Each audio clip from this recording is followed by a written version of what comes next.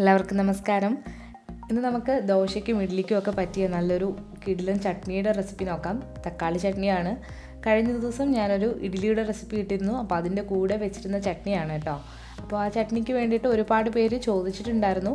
അപ്പോൾ അവർക്കെല്ലാം വേണ്ടിയിട്ടാണ് ഇന്ന് ഈ വീഡിയോ ചെയ്യുന്നത്. അപ്പോൾ അധികം താമസിയാതെ ഈ ചട്നി എങ്ങനെയാണ് തയ്യാറാക്കിയെടുക്കുന്നത് നോക്കാം. ഈ ചട്നി തയ്യാറാക്കാൻ വേണ്ടിയിട്ട് ഇവിടെ ഞാനൊരു പാനിലേക്ക് കുറച്ച് എണ്ണ ഒഴിച്ചു കൊടുക്കുന്നുണ്ട്. 2 ടീസ്പൂണോളം സൺഫ്ലവർ ഓയിലാണ് ഞാൻ എടുത്തിട്ടുള്ളത്. നിങ്ങൾക്ക് വെളിച്ചെണ്ണയാണെങ്കിൽ അത് ചേർക്കാവുന്നതാണ്. ഇനി ഇതിലേക്ക് 1 ടീസ്പൂണോളം കടലപ്പരിപ്പാണിത്. കടലപ്പരിപ്പ് അല്ലെങ്കിൽ ഉഴുന്നുപരിപ്പ് ഏത് വേണമെങ്കിലും നിങ്ങൾക്ക് ഇതിൽ ചേർത്ത് കൊടുക്കാവുന്നതാണ്.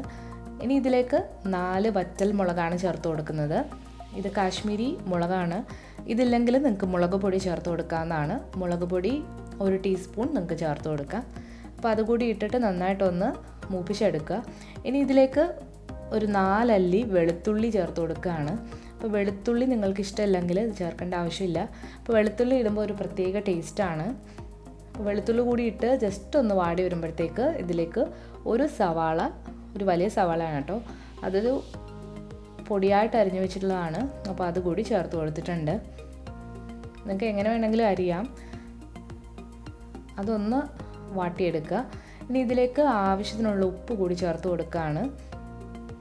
ഉപ്പ് നിങ്ങൾ കുറേശ്ശെ ചേർത്ത് കൊടുക്കുക.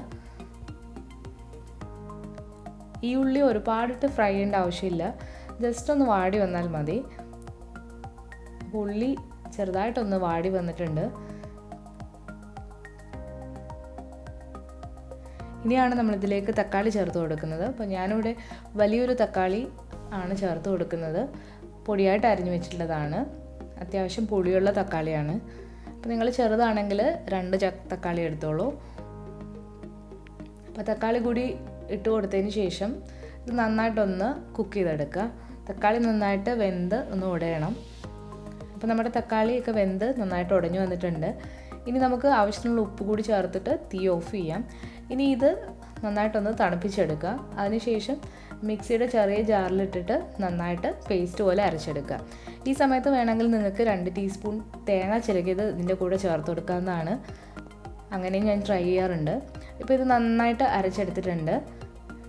ഇതിൽ വെള്ളം ഒട്ടും ചേർക്കാതെയാണ് ഞാൻ അരച്ചെടുത്തിട്ടുള്ളത്. നിങ്ങൾക്ക് വേണമെങ്കിൽ വെള്ളം ചേർക്കാവുന്നതാണ്.